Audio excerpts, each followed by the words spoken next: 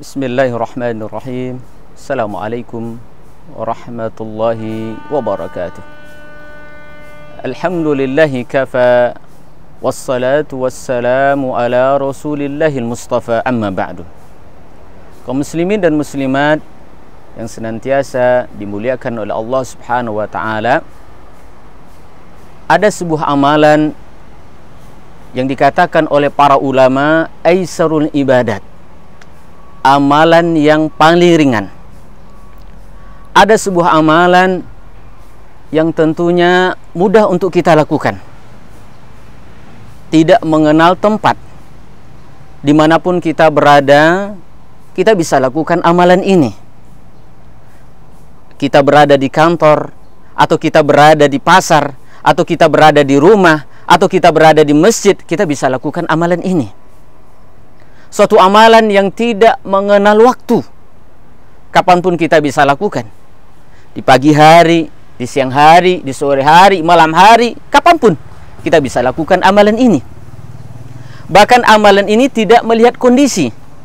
Dalam kondisi apapun kita bisa lakukan. Apakah kita lagi duduk, apakah kita lagi berbaring, atau kita lagi berjalan, kita bisa lakukan amalan ini. Apa itu? Yaitu adalah zikrullah, yaitu adalah berzikir kepada Allah subhanahu wa ta'ala, menyebut nama Allah subhanahu wa ta'ala. Ini adalah amalan yang kecil di mata manusia, tetapi agung di sisi Allah subhanahu wa ta'ala.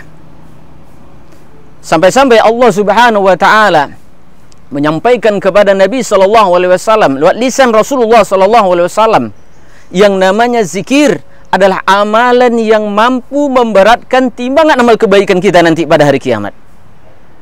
Kalimatani habibatani ila rahman. Ada dua kalimat yang sangat dicintai oleh Allah subhanahu wa ta'ala. Khafifatani fil lisan, ringan di lisan. Wasaqilatani fil mizan, akan tetapi berat di timbangan amal kebaikan nanti pada hari kiamat, yaitu adalah subhanallah wa bihamdi subhanallahil azim. Ini menunjukkan betapa ibadah zikir adalah ibadah yang agung, adalah ibadah yang utama. Saking besarnya ibadah ini, sampai-sampai Syekhul Islam Ibn Taimiyah menggambarkan zikir itu terhadap hati dibaratkan seperti air terhadap ikan. Az-zikru lil qalbi kal ma' lis samak. Zikir terhadap hati diibaratkan seperti air terhadap ikan. Sebagaimana kita ketahui, yang namanya ikan butuh air. Ketika ikan dikeluarkan dari air, maka dia akan mati. Begitu juga dengan hati kita. Ketika zikir yang ada di dalam hati ini dikeluarkan, maka hati kita akan menjadi mati. Maka oleh karena itu Allah subhanahu wa ta'ala mengingatkan kepada kita di dalam surat Al-Ahzab ayat 41. Allah memanggil orang yang beriman, ya ayyuhalladzina amanu dzkurullaha dzikran katsira. Hai orang-orang yang beriman, berzikirlah kalian kepada Allah subhanahu wa ta'ala dengan zikir yang banyak. Wasabbihuhu bukratan wa asila. Dan bertasbihlah kepada Allah subhanahu wa ta'ala di pagi hari atau di petang hari. Ini menunjukkan bagaimana Allah subhanahu wa ta'ala menspesialkan, mengistimewakan ibadah zikir, sampai-sampai kita diperintahkan untuk memperbanyak melakukan ibadah zikir. Bahkan Nabi SAW menjelaskan bahwasanya ibadah zikir adalah termasuk amalan yang terbaik. Di dalam hadis yang sahih yang diriwayatkan oleh Imam Ahmad, Imam At-Tirmidzi dan Ibnu Majah, bahwasanya Nabi SAW bersabda, ala unabbiukum bi khairi a'malikum. Suatu ketika Nabi SAW bertanya kepada para sahabat, wahai para sahabatku, maukah aku tunjukkan kepada kalian amalan yang terbaik yang kalian lakukan? Wa azkaha inda malikikum, merupakan amalan yang paling suci di sisi Allah subhanahu wa ta'ala. wa arfa'iha fi darajatikum, suatu amalan yang mampu meninggikan derajat kalian.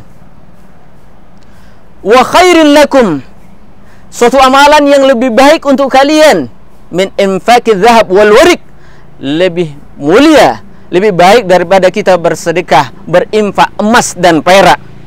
Wa khairin lakum min talqau aduwakum fatadribu a'naqahum wa yadribuna a'naqakum, dan lebih baik dari suatu amalan di mana kalian bertemu dengan musuh kalian, kemudian kalian menebas leher mereka atau mereka menebas leher kalian. Ini menunjukkan betapa pentingnya amalan zikir di sisi Allah Subhanahu wa taala dan di sisi Rasulullah sallallahu alaihi wasallam. Maka oleh karena itu, kaum muslimin dan muslimat, mari kita memperbanyak berzikir kepada Allah Subhanahu wa taala. Sesibuk apapun kita bekerja, jangan lupakan Allah Subhanahu wa taala. Ketika kita ingat Allah Subhanahu wa taala, maka Allah akan ingat kepada kita. Fadhkurullah adzkurkum, ingatlah kepada Allah, maka aku akan ingat kepada kalian. Bila mana kita melupakan Allah Subhanahu wa taala, maka Allah akan melupakan kalian. Maka hendaknya kita memperbanyak memuji Allah Subhanahu wa taala.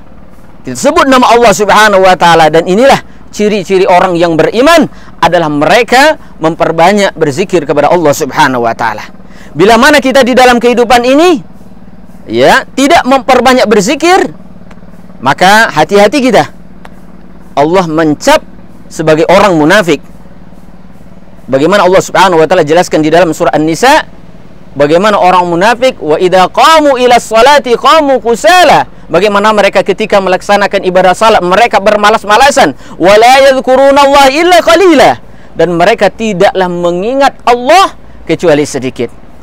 Mudah-mudahan ini bermanfaat. Subhanakallahumma bihamdika asyhadu an la ilaha illa anta astaghfiruka wa atubu ilaik.